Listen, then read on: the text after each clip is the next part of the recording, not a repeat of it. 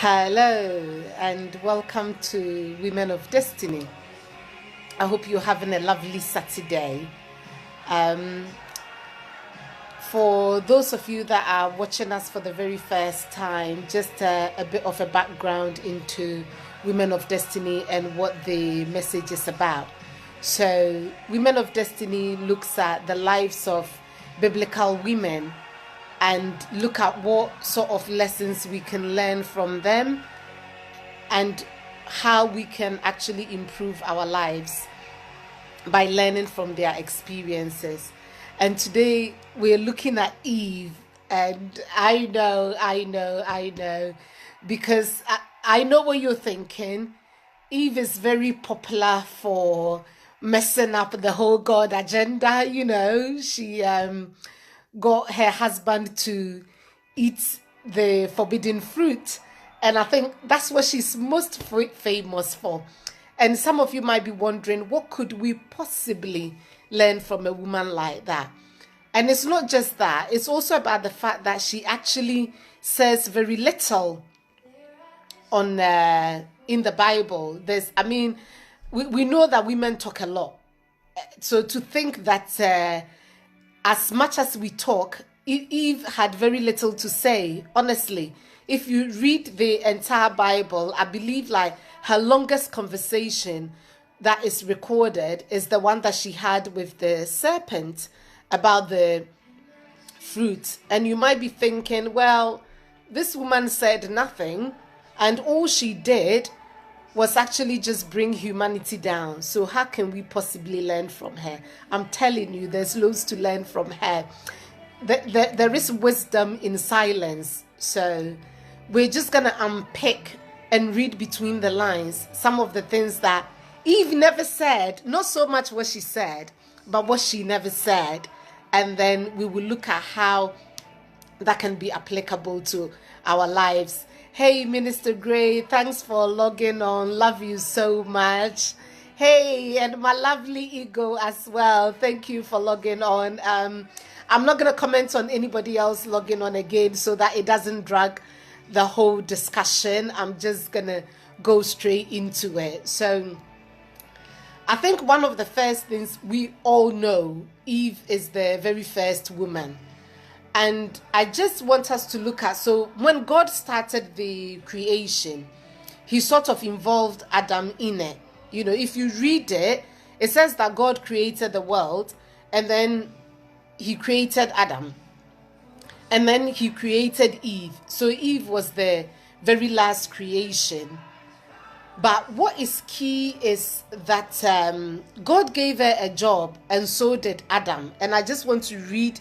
So it says that God created, if you look at Genesis 2:18, it says that God created created Eve to be a helpmeet for Adam. He saw that it wasn't good for man to be alone. There is this one will kill 1,000, two will kill 10,000, isn't it? So it's obviously better to walk in pairs than to be alone. And when God created Adam, he made it very clear that it wasn't right for Adam to be alone. So God's plan for Eve and Adam was that Adam will have company and Adam will have support. Because actually people that come into your life to help you are meant to be support that you depend on. What is interesting is that Adam had been doing the naming with God, because if you read Genesis 2:19 to 20, that makes references to Adam naming some of all the animals. Actually, that's what it said. It said that whatever Adam called them, they were so. So when Adam saw Eve, he said that, "Woo, woman." I'm not getting lustful here, but I'm just saying that when a man sees a woman and he just goes, "Ooh," it's all natural. It's all a part of the creation. It doesn't have to be lust. I'm just saying that it is a natural reaction.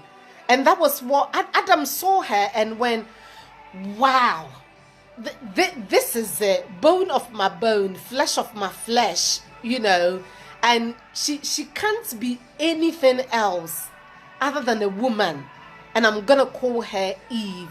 And Eve means the mother of all living things. And I just want you to hold on to that thought, because what we've just established is that God created Eve and he had a plan for Eve. And then when Adam saw her, Adam also had a plan for her.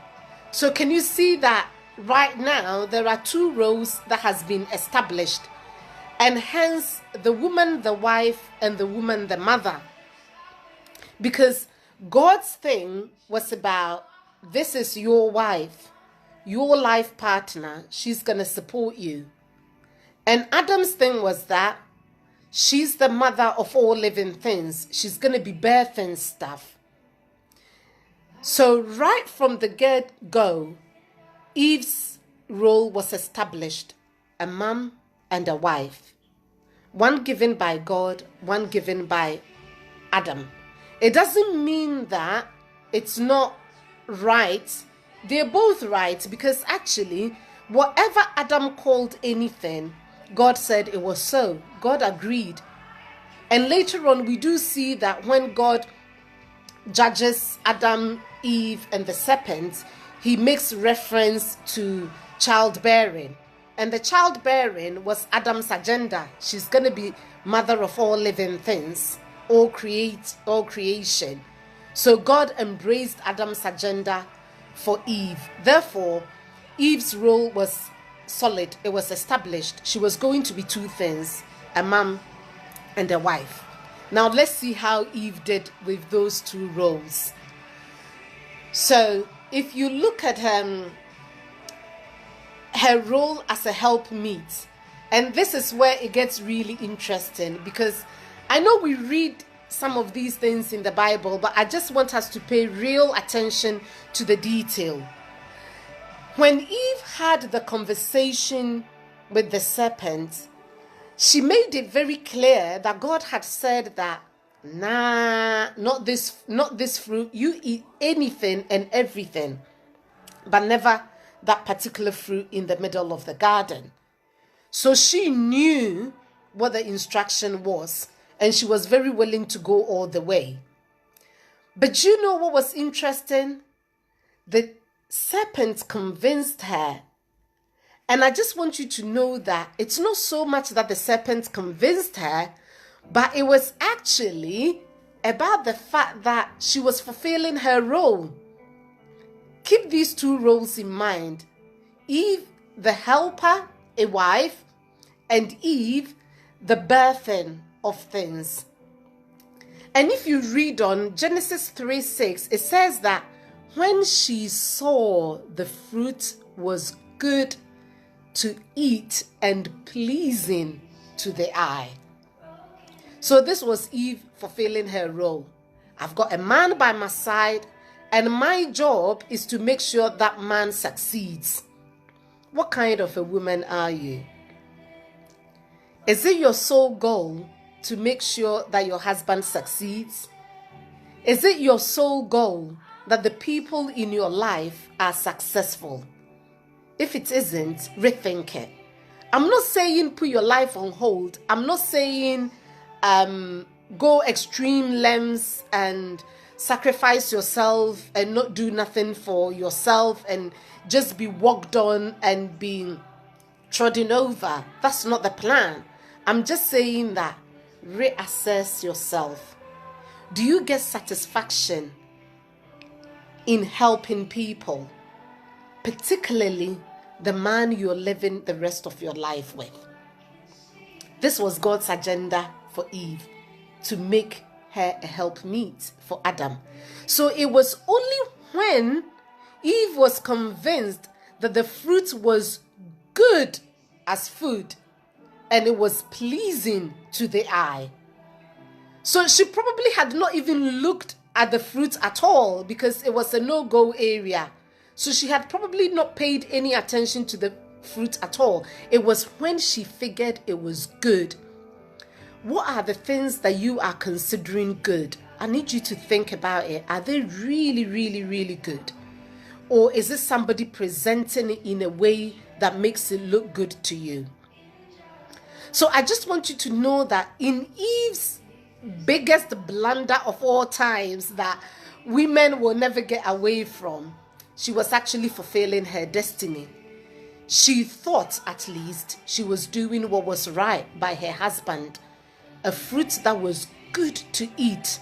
They were going to eat it and get energy and grow and be wiser. They were going to know about good and evil. So far, they only know about good. But they want to know about evil too. She was going to get more wisdom. She was going up one more level. So this is why she was very willing to share the fruit and convince Adam to eat. And I just want you to think about it, because actually, while she was doing what she thought was a good thing, was actually harming her. How many times in our nature, in our life, do we think we want to help?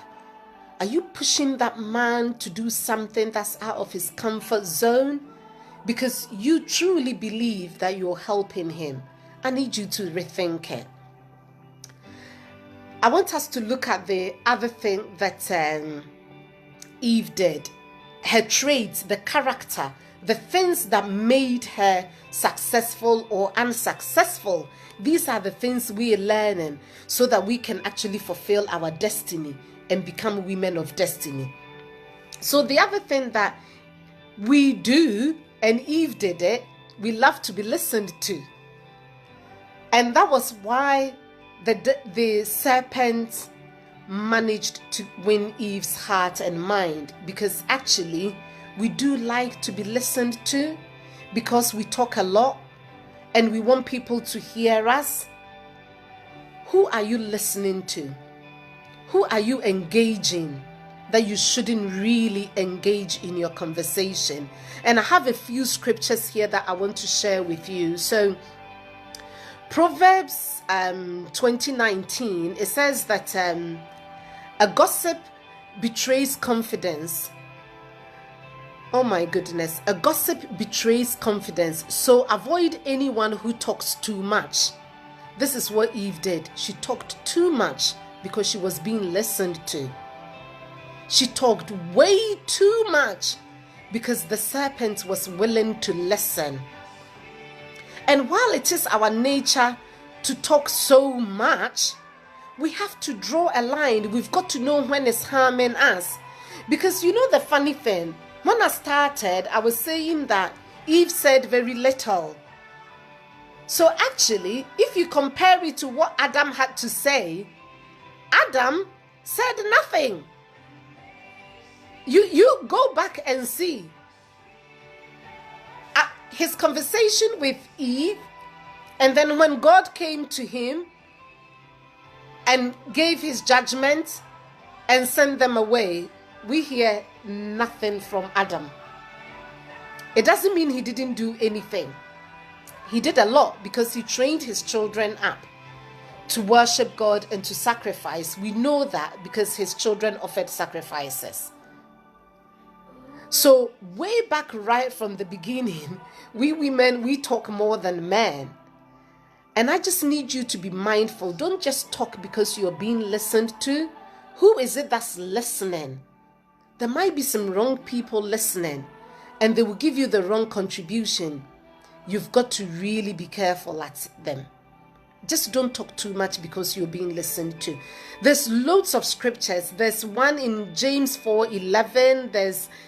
Actually, this one is really nice. Listen to it. James 1:26. It says that those who consider themselves religious and yet do not keep a tight rein on their tongues deceives themselves, and their religion is worthless.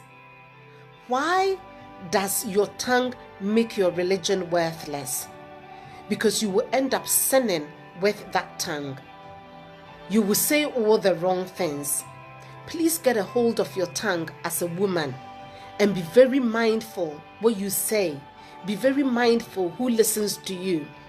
There's another one in Proverbs 18:6-7. It says that The lips of a fool.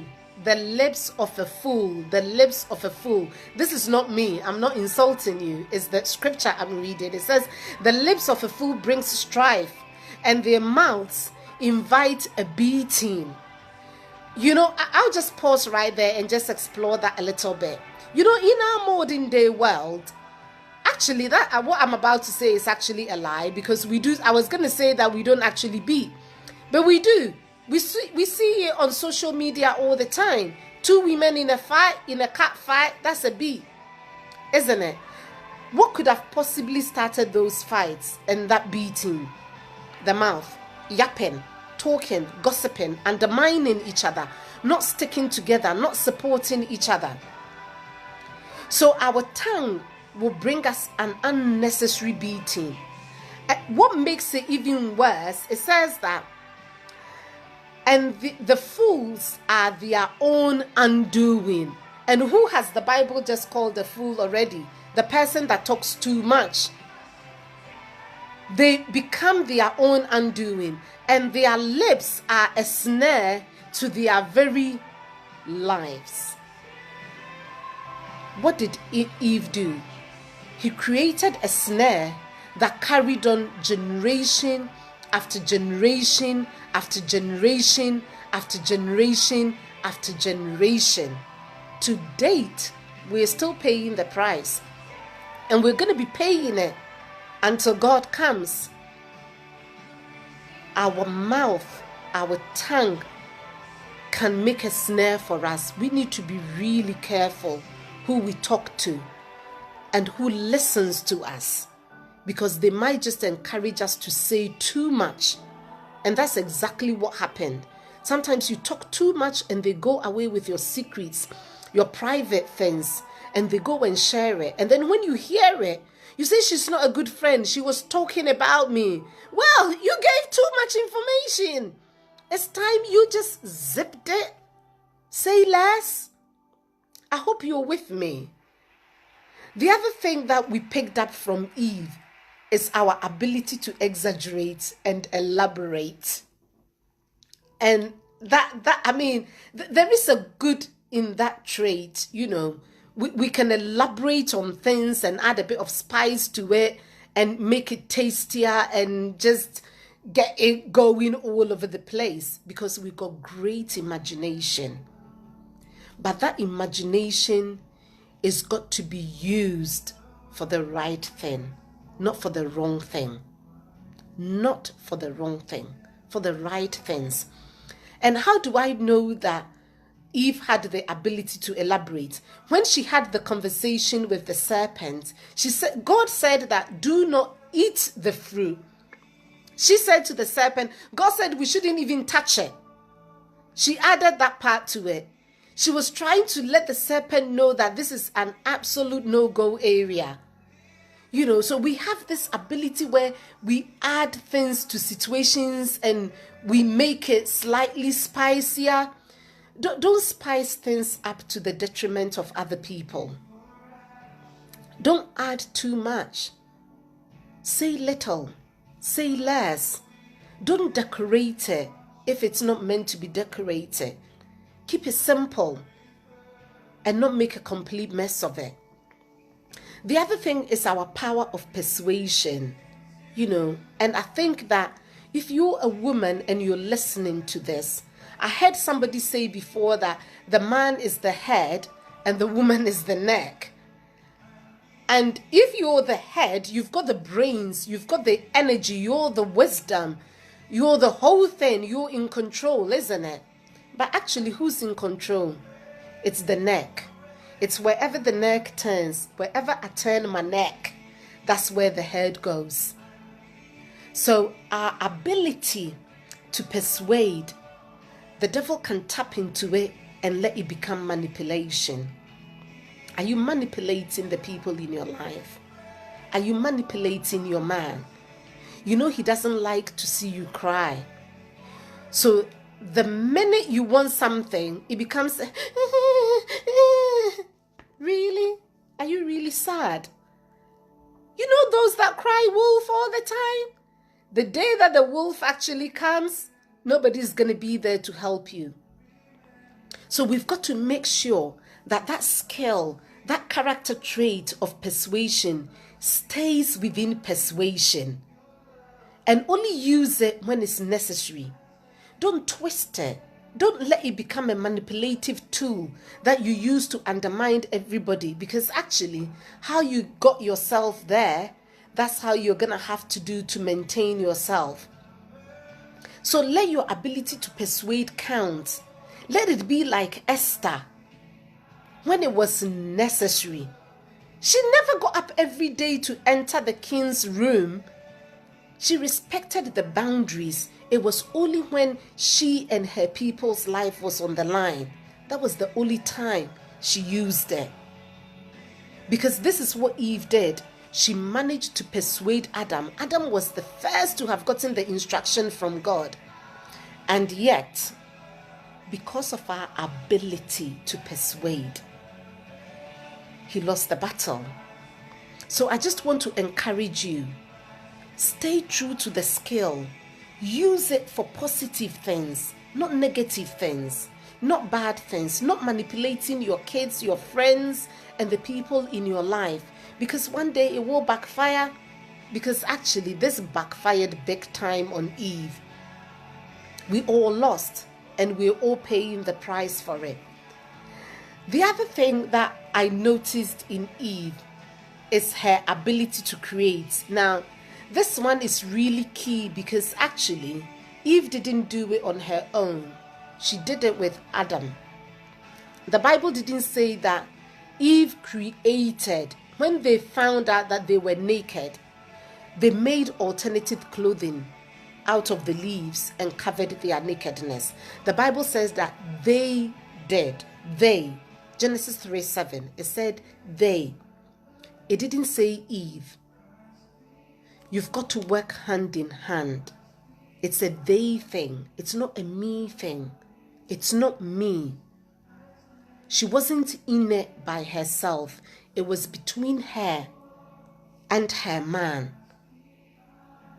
God improved on it because when God stepped in, he then made them a leather outfit. He made them a different outfit made of animal skin. But they had already made themselves some clothing out of leaves. And I speak this particularly to wives, because actually you've got to do it together with your husband. It's not just you. And it goes really for any relationship. Your friends' opinions count. They matter too. Not just because it was your idea. Not just because you know it all. You've got to work hand in hand together. Eve worked with her husband. So remember, let things be a they thing as opposed to a me thing. And the other thing that I also picked up from Eve is power. Now, you might ask, where did you see power, Nana? Well, let's read it. In Genesis 3:15, it says that God said, the woman's seed will bruise the serpent's head, and the serpent will bite the woman's heel. Now, the power of anything is in its head, and more especially the serpent. All of its strength is in its head. It's got no feet, it's got no hands, it's got nothing. It uses the tongue to fish out dust to determine the activity around it, because it's actually visually impaired. It doesn't see very well. It uses its mouth to release poison, and it has the ability to swallow, and all of that power is centered around its head. But God said that the seed of the woman will bruise that head. It takes a lot of power and it takes a lot of energy for that to happen.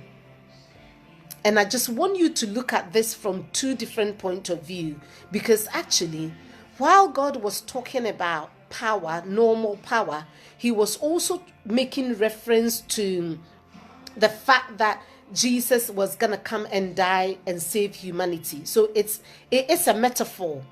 So there is that part that it's about Jesus, the seed of the woman. But I want us to look at it literally as the power that the woman got. And funny enough, as I was meditating on this, I kind of felt, actually, how many women are there in the church? There are more women in the church than there are men. And all of that power concentrated, we are a powerful force. We are bruising the enemy's head day in, day out. God gave us a power to tread over serpents and scorpions, and nothing shall by any means harm us. So woman, you carry a lot of power. Please exercise that power. Get up every morning and command your morning. Get up every day and command the day to work for you. There is power in your prayer. There is power in your words. You have authority over the enemy. You have authority over every situation. God gave you that power. And not just you, but your seed, your children's generations unborn, until the day our Lord Jesus Christ comes. You've got to use that power, but you've got to use it positively. You've got to harness it and not abuse it. And that's really key, that you put your power under control. Now, the other thing about that power is also about the birthing. Because actually, it said, what God said was that it was her seed. Now, that seed was something that she was going to give birth to, isn't it? And I just want you to think about it for a moment. What are you birthing? Because do you know how the birthing process works? Everybody knows it, actually. You've got a seed inside you, and that seed is incubated, and you nurture it, and you feed it, and then it grows, and it comes to a point where your womb is no longer big enough, and it's got to be birthed out. What are you birthing? You have to be very careful. Are you nurturing gossip? Are you nurturing bad behavior? Are you just talking to people? Are you just manipulating? Because actually, whatever you birth, it's going to grow and bear fruits as well. So you have to be really, really, really careful the things you birth, the things you say, the things you do, the things you're perpetuating. It's going to grow and bear fruit, and that will also bear more fruits. The other day, somebody was trying to explain something, and the analogy she gave me was such lovely. She said that you've got an apple and it carries just one seed, but in that seed, it's not just a seed, but it's actually an orchid. Why? Because that seed, about the 5 seeds in that apple, are all trees by themselves. And when you plant them, they're also going to grow and bear more fruits. And those fruits have got tree seeds in them. So what are you birthing? Whatever it is you're birthing, bear in mind it's got a seed in it. And it will grow. And it will also bear fruit. It's multiplying at a very fast rate. Be careful what you birth, woman of destiny. Don't birth gossip. Don't birth the downfall of other people. Birth the word of God. Meditate on the word of the Lord. Let the word of the Lord flow out of you. Birth peace. Birth wisdom. Birth great things. Birth ideas. Birth knowledge. Birth all the right things, not the negative things. Be careful, because you've got a power to birth, a power to give birth to so many things. Make sure you're birthing the right things, woman of destiny. And then I want us to look at Eve's relationship with God. And that was one of the things that actually filled me with most joy as I studied Eve and how she did her things.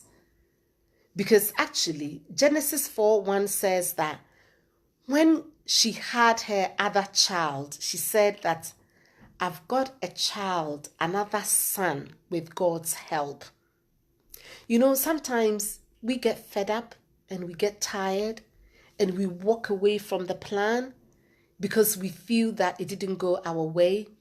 This is somebody that messed up big time and got judged and got kicked out of the only land that she ever knew. But it didn't change anything. She carried on and still built a relationship with God.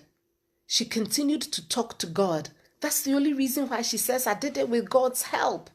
It was God that helped her because she was still in communication with God. She was still talking to God. She prayed. That's how she got God's help. If you're not praying to God and you haven't got communication with God, there will be nothing that you're going to get from God.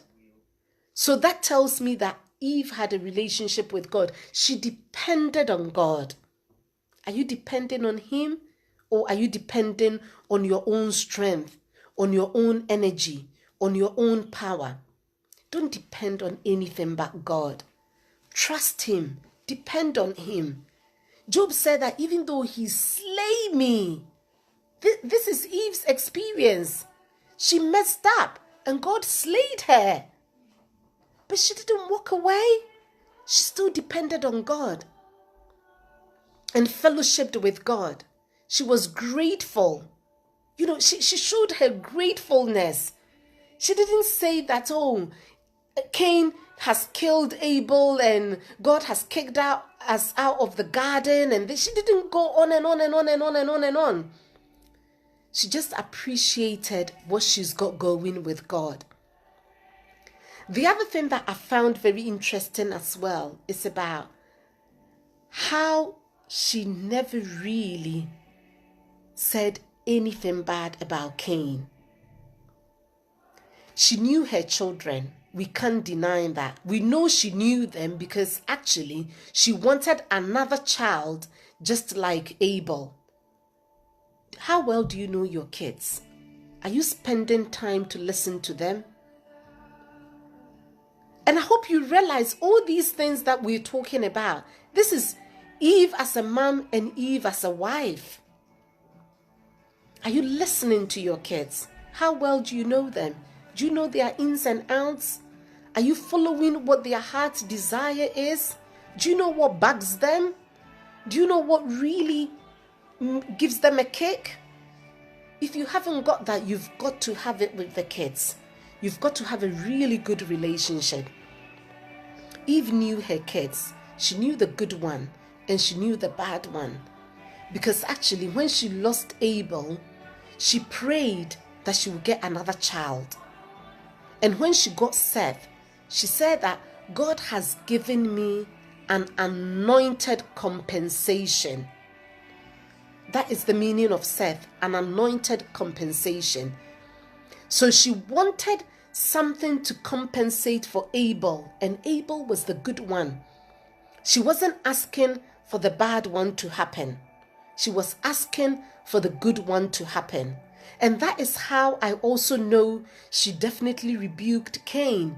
The Bible doesn't say anywhere that she rebuked Cain for bad things, but she must have, because actually she wanted the good one, a compensation for the good one. She never wanted a compensation for the bad one.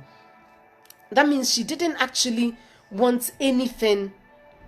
She didn't actually want anything from Cain. She just wanted from Abel. And I just want you to pick up on that and just continue. And you too do the same thing. Perpetuate the good things, not the bad things. The other thing that we find out, apart from her knowing her children and having a relationship with them, she knew her role as a mom.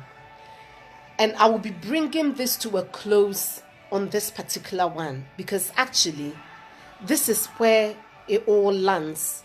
This is where it all began. Eve a mom and Eve a wife.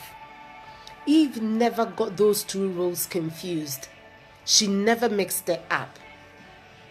I tell you why I know why she didn't. So in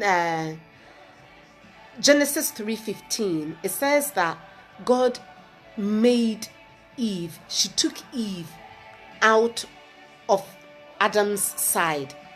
But what's relevant is that when God pronounced his judgments in 3:15, he said that man is going to till the ground. So the woman's part was that she was going to have pain in childbirth and she was going to desire for her man. But for man was going to really struggle and work to look after his family. But what Eve did, because she came out of Adam's side, she stood by Adam's side. Don't go ahead of your man. Don't go behind him. Stay by his side. And at the most crucial time, the times when he hasn't got a job, because a man's whole objective is to provide. Just as our whole objective is to be moms and wives, theirs is to make provision. And they get really frustrated when they can't provide. Don't stand on top of his head. Don't walk over him. Stay at his side. Don't treat him like your son, because your son is very different to your husband. And this is the crux of the matter, where a lot of relationships break down in marriages, because God gave Eve a mandate. Be a wife, a helpmeet. But Adam also had a mandate for Eve. Be the mother of creation, the mother of all living things. And unfortunately, we get these two roles mixed up most of the time. And then it all falls apart. Why? Because we just think that we're mom to everybody. We just think that we're wife to everybody. No. You have to treat your children separately from how you treat your husband. And don't forget that it was God that gave you the mandate to be the helpmeet. Adam doesn't think he needs help. And this is one of the things. Adam doesn't think he needs help. God said, be his help. Adam doesn't think he needs help. He thinks he needs somebody to mother the things that he's got hold of. So that's Adam's expectation of you. So you have to be careful when you say you're helping him. That's God's plan for you, for him. That's not Adam's plan for you, for him. Woman of destiny, I'm bringing it to a close. Be an Eve. Consider your ways. Consider the things you say and do. Support him appropriately. Be by his side. By his side. Not over him, not ahead of him, not on top of him. And especially in his darkest moments, when he just can't help it, when job isn't going well, that's when he wants you by his side. So, I hope I've encouraged you and you've learned something from Eve, even though she said very little. Be a woman of destiny. Right is right when nobody's doing it, and wrong is also wrong when everybody's doing it. That's how you be a woman of destiny. God bless you. Thanks for watching. I'll come your way again next week, Saturday, with another woman, and we shall explore. Send me a message. Send me a text message. Put anything on Facebook. You've got a question, I'll answer it. God bless you. Be a woman of destiny. Love you loads. Bye-bye.